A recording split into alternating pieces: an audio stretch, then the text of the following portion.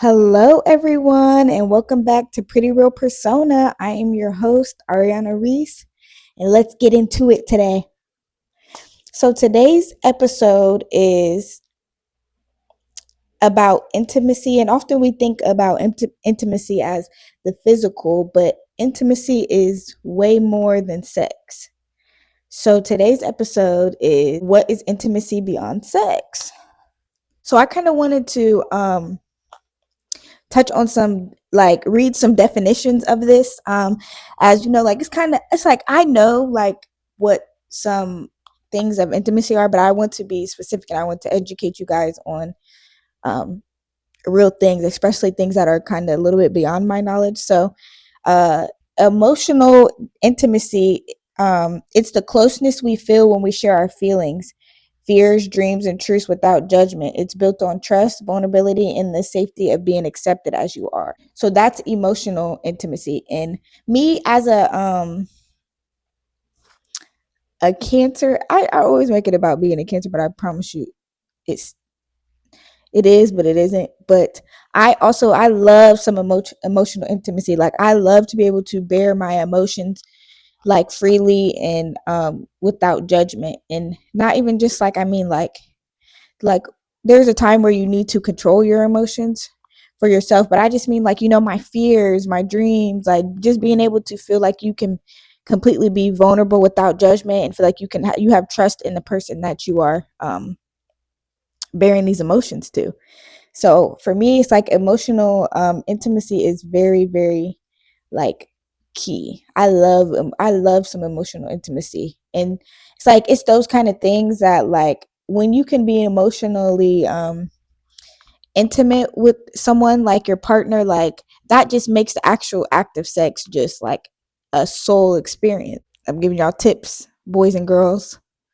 um so spiritual intimacy, it says, is the connection we share through shared values, beliefs, or a sense of something greater. Whether that's God, the universe, or simply a shared purpose, it's when souls recognize each other beyond the surface. So I feel like even just those two things, like, okay, so your emotional intimacy um, is the closeness, and the spiritual intimacy is the connection, you know?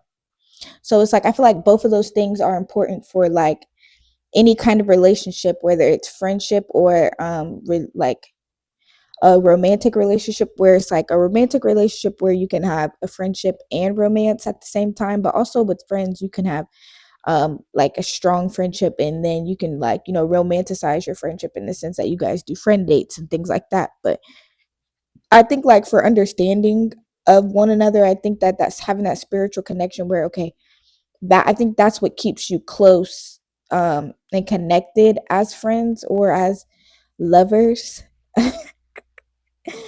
Is the fact that you guys have, you know, you have the shared values. And whether you have friends who believe in God, so you feel like, you know, you are more spiritually connected, or you speak about, you know, the universe, or you have a shared purpose, where you guys are like going into the right direction or the same direction together, you know? So I feel like that spiritual intimacy makes you feel very connected to someone. I think that piece is important, is like, especially when you have a partner, you want to feel spiritually connected to them so that um that draws you to them, connects you to them. Yeah. And then intellectual intimacy, where it's sparked by deep, stimulating conversation. It's when your thoughts are met with curiosity, not judgment, when your ideas are challenged or expanded and not dismissed. I think that this is probably one of my, I love all of these. Um, I myself am a deep, and I love stimulating conversations, and I love to be able to, like, you know, talk about my thoughts and like to have like a very like intellectual like what ifs, or like deeper expansive conversations about things. So that's right up my alley. Like, and it's like when you have all three of these things going on when it comes to like your romantic partner, like that itself is a non-physical sex, you know? So, and also it just makes, like, again, the act of sex just so much more powerful, more of a soul to soul experience, because having all of these things, building up all of these forms of intimacy, whether it's intellectual, emotional, or spiritual, and have that intimacy beyond sex, because intimacy is so much beyond just sex. And then it's like when you intertwine them, it creates a depth of connection that is unmatched, and that can be sometimes more powerful than like a physical uh closeness and connection. Next, I want to talk about why we crave um connection, but we are scared, or we fear vulnerability. So as humans, it's like connection, we are wired for connection, we need connection, we love connection. We are supposed to be, that's why I say when it comes to like community, like I think in this world we have taken away like community, which one thing I do love about like some of these platforms like YouTube and TikTok, like they help you cultivate community, which I feel like is so important, because that's what we crave, what we want, and we need as humans. But we fear vulnerability. So things like, for example, rejection, judgment, and abandonment. So an example is, so rejection, if they see the real me, they won't stay. And a lot of, rejection is a hard thing, when you hear people say no, or you hear some, but it's like the worst someone can say is no, and it's like, so what? Then you'll find another way. It helps you, it challenges you to find other ways to do things. um or rejection is, I don't know if you guys have ever heard this, but rejection is redirection. I literally live by that. Like, if I'm rejected, say by a job, I apply to a job and I hear a lot of no's, I just instead of thinking like where it says they won't stay, or if they see the real me, I'm being rejected for the real me, I think like, okay, this is not where I'm supposed to be at. And it's redirected me to like apply for, maybe different positions or similar positions just somewhere else. Maybe I feel like, maybe God's protected me from um an environment that I was never supposed to be in. So it's like, and a lot of times, like when we meet rejection, or we meet things that like just aren't going right, and we keep hitting a wall at something, that is what it is. It's redirection. It means we're not supposed to go that way. So I feel like a positive way to see rejection, instead of thinking like, taking it personal to like, oh, you know, if they see the real me, they won't stay. But it's like also like, okay, what if I show them the real me, and um I'm being spiritually protected, you know? And then judgment, they'll think I'm too much or not enough. Um I think a lot of times that does stop us from being completely vulnerable. Like just judgment, a lot of it's like we're all so apt to judge, but I will say like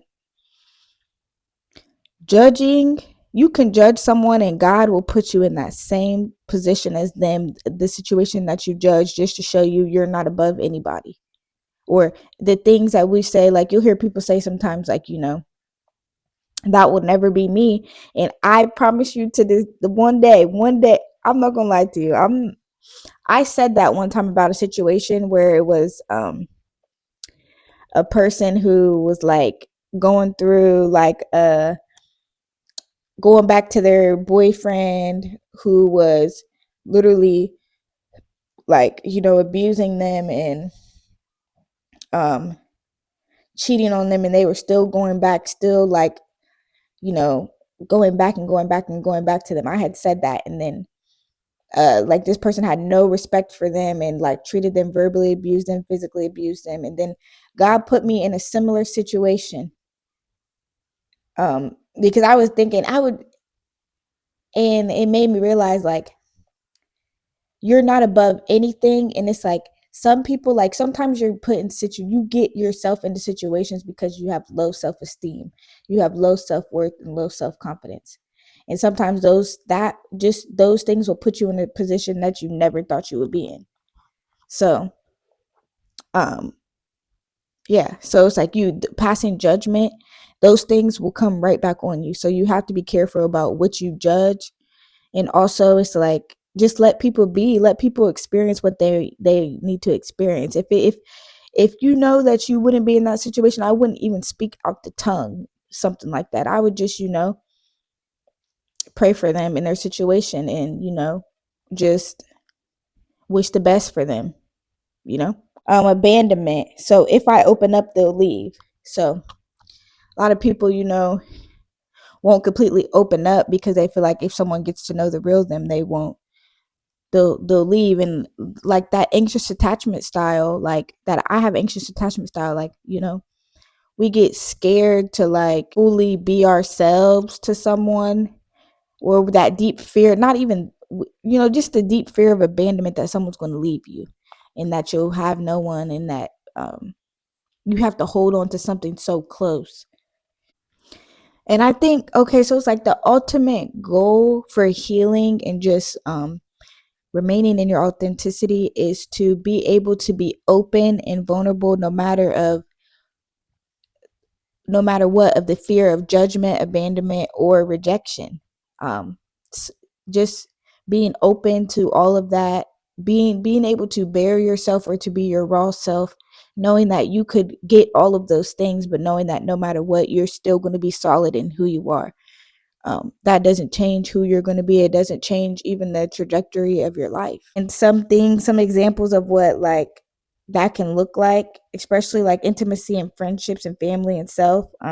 Start trying to cultivate a space if you are trying to, work on being more vulnerable, being work on your intimacy. Start trying to cultivate a space where like someone can cry in front of you and you can just hold space for them, because then that also helps you cultivate, that also helps you open up a space for, if you cry, someone's able to hold space for you.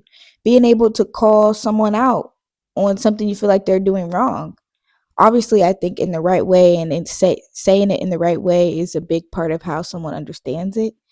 But and everyone, understands things differently. You can't talk to everyone the same. Cultivating spaces where you can laugh until you cry, or cry until you can't cry anymore without an explanation. Like, just, I really think that is important to, like, for intimacy, like cultivating, being a person that someone can be intimate with, so that they know, okay, this is what intimacy looks like. So also knowing what you need out of what intimacy you need out of someone, and being embodying the intimacy that you need out of someone to show them how to be intimate with you. I think that plays a huge role as well. I just kind of want to leave you guys today with, intimacy is being well known and loved anyway. And that fully starts with showing up as your full self, your most authentic self. If you loved today's episode and learned a little bit more about intimacy and what that means, and you want to see, you loved today's episode, follow us on TikTok, subscribe on YouTube, and follow us on Instagram.